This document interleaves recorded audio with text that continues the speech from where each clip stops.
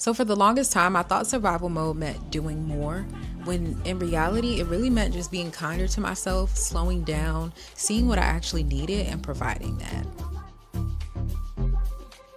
So today we're actually going to talk about various habits that you can implement that are gentle, kind, approachable. We want to make this practical in a way that you can actually show up consistently for yourself and not in a way that makes you feel more pressure. Feeling more pressure in your life is not going to help. What's going to help is slow and steady habits. All right. And with that, I'm also going to provide some journal prompts that will allow you to audit your life, audit where you are, and figure out how you can show up more self-actualized in 2026. I always go back to Maslow's hierarchy of needs. If you didn't watch part 1, I'll make sure to link it below. In part 1, I discussed what survival mode is and the various ways that we show up out of survival mode. In part 2, I shared my story. I went a little deeper with you all about how I started over in various aspects of my Maslow's hierarchy of needs. Specifically, my love and belonging tier was kind of struck out of whack. And so I had to start over. And so in this part, we're going to talk about ways we can just show up more authentically, show up for ourselves, show up for our wellness, and be the person that we already said we are. We already claimed the identity. Let's just show up in it. You know, it's not about rebranding and becoming a new person or becoming unrecognizable. We've already done that so many times, okay? Let's just double down on who we know ourselves to be, keep our word to ourselves, and that in itself will just make you more confident. It'll make you more self-actualized, more self-aware. And if you don't actually execute and do something, you'll have nothing to learn from. That's something I've been learning, not just with content, but also in life. If I don't go to the gym, I'll never know how to improve my strategies. I'll never know how to improve my form if I never even tried it. And that goes with every habit that we're going to discuss today. So first off, let's get into some habits that we can implement in 2026. And I'm telling you these not just to tell you what to do, but because I'm actually implementing them as well. And I want to bring you along with me. So first and foremost, I'm going to be journaling again in 2026. I was very big on journaling. I hope y'all can't hear my heater, but it's that time of year. I was very big on journaling. I used to make a lot of content around reminding you to journal prompts to get you started, various types of journaling and whatnot. And so I'm going to bring back journaling in 2026 for myself more consistently. My dreams have been super vivid. I need to record them. I think it's very necessary right now. So I'm going to bring back journaling. Next, I'm prioritizing creativity. And I know this is a channel where we talk a lot about physical health as well. I'll get into that, but I'm prioritizing creativity, whether it is creating more content and showing up online and allowing myself to be seen for my authenticity and my creativity. I'm doing that. If it's creating more visual art, I'm in grad school for art therapy right now. I'm already making art, but I want to show up more intentionally to create. I also want to learn new skills that make me creative. I recently started crocheting, and that has been such a nice turn down. It's been such a nice, relaxing moment, you know? And so some other ways that you could prioritize your creativity would be reading fiction books again. I don't know about y'all, but getting into a good fictional story allows my mind to awaken a bit. I get to imagine a space that has never existed for me before, but now I have this whole storyline in my head that I get to just walk into. So even like listening to audiobooks on Audible while I crochet, that is prioritizing creativity. I'm getting into my imagination as well as creating something or learning a new skill set. That in itself allows me to exit my survival mode because I don't feel like I have to perform or do something. I'm showing up for me. I'm in my body. I'm present. Speaking of showing up in your body, another way that you can prioritize your creativity is to dance.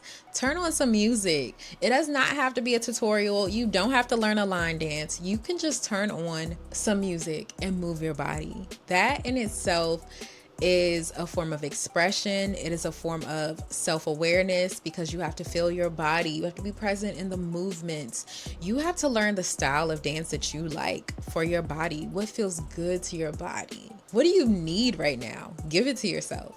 And I want to say a special shout out to my favorite professor, Sansaray Burrell. Almost every class, we would stand up, she'd play some music, and we would just dance out whatever we needed. Give our bodies what we needed in that moment. And that taught me such a sacred ritual of giving yourself what you need, even if it is just dance. Period, period, period. So the next habit that I'm incorporating into my 2026 in order to exit survival mode is I'm filling my heart with love, guilt-free.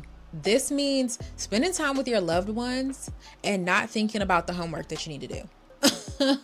Because the fact that I used to, like, my first semester of grad school, of course, I was adjusting. It was literally my first time being a full-time student in so long. And so anytime that I went to spend with family or friends, I felt guilty for it. Or anytime that I spent a significant amount of time on the phone, I felt guilty for it. And so therefore, I'm doing it guilt-free. At least this semester, I'd like to experiment with it. I want to get to a point where I can at least set aside an allotted amount of time, whether it is, okay, we're doing brunch, or I have 30 minutes, I'm going to do this phone call with somebody I love. I did get in a good habit of calling my parents on my way to class or on my way to internship, depending on the day. Just taking those slow moments to know that about myself and plug in those points of connection. I'd call my grandmother, I'd call my mama, I'd call my dad. Call somebody you love and just like have a quick conversation. Those little moments are so important. And I phrased it, fill my heart with love, intentionally, because I don't want to make it seem like a chore. Like, call your mom, call your dad, call so-and-so, make sure you talk to your friends. It sounds like a chore. I want to say I'm filling my heart with love. And if I use that intention, then I will receive that back. You know, if you say like you're doing this for a certain reason, it's like making a SMART goal. Say why you're doing it. Say what the outcome will be before it even happens, because that way you attract that to you, right?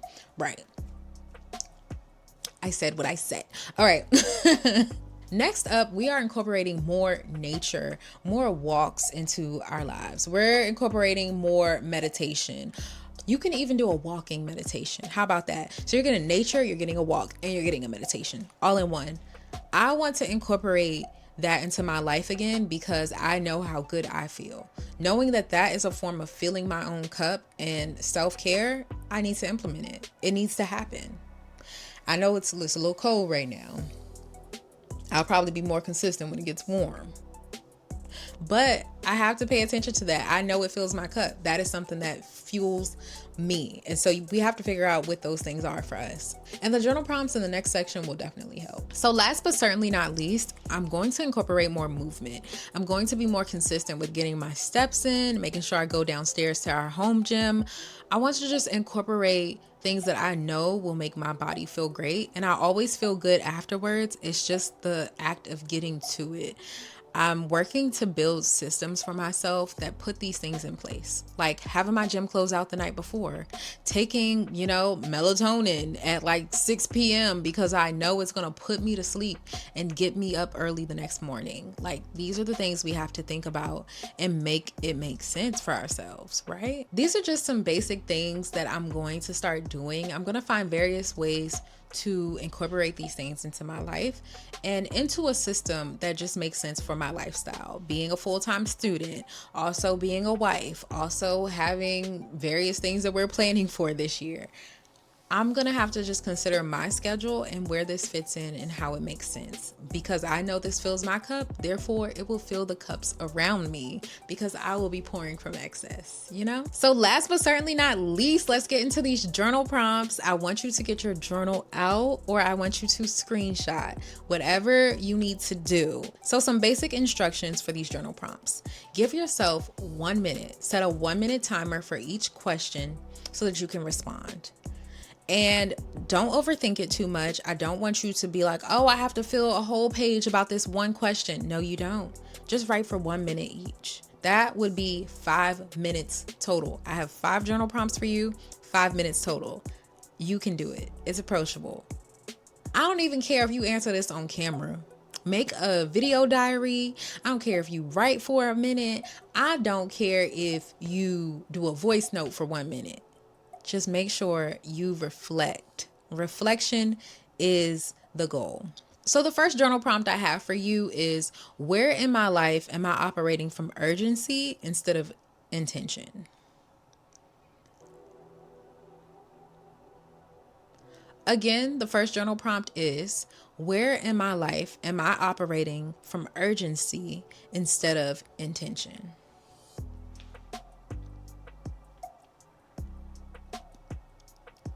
Second journal prompt is, what basic need am I constantly deprioritizing, and how is it showing up in my body or emotions?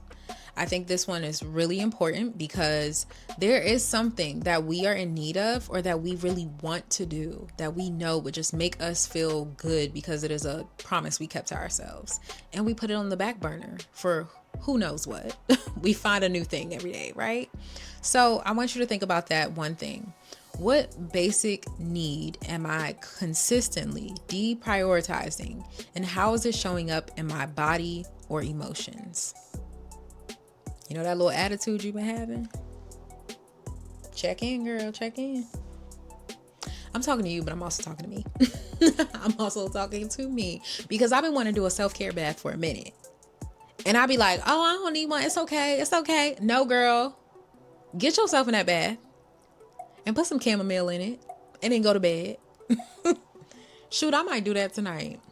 Talking all this smack to y'all, I might do that tonight. Okay, third question. If my nervous system could speak, what would it ask for more of in 2026? What would it ask for less of in 2026? Third journal prompt is, if my nervous system could speak, what would it ask for more of in 2026? What would it ask for less of in 2026? Remember, just take you 1 minute with each question. I think we overdo it sometimes, you know. We think we got to have a certain amount, or we got to do a certain timeline. Just give yourself a minute. It'll make it much more approachable.